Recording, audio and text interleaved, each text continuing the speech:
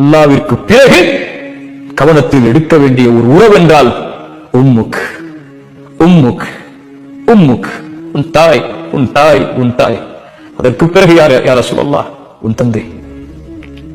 அனிஷ்குரிலி வலிவாலிதைக், பெற்றோர்களிடத்திலே நல்ல முறையில் நடந்து கொள்ளுங்கள். என் சகோதர சகோதரியை எனக்கு நான் சொல்கிறேன், நம்முடைய தாய் தந்தை நமக்கு செய்த அருளை போன்று அல்லாஹ்வுடைய அருளால் வேறு யாரும் இந்த உலகத்திலே நமக்கு எந்த அருளையும் செய்துவிட முடியாது.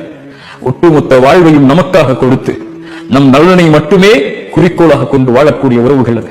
குறிப்பாக தாய் தன் எதிர்பார்ப்புகளை, தன் ஆசைகளை, தன் எண்ணங்களை, தன் வயதை, தன் வாழ்க்கையை, ஒட்டுமொத்தத்தையும் தன் பெற்றெடுத்த பிள்ளை நலமோடு இருந்தால் போதும் என்று கழிக்கக்கூடிய ஒரே உறவு இந்த உலகத்திலே தாய் மட்டும்தான்.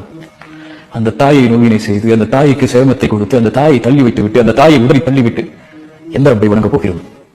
அல்லாஹ்விடத்திலே நேசித்துக்குரியாமல் தாய் தந்தை இடத்திலே நல்ல முறையில் நடந்து கொள்ளுதல்.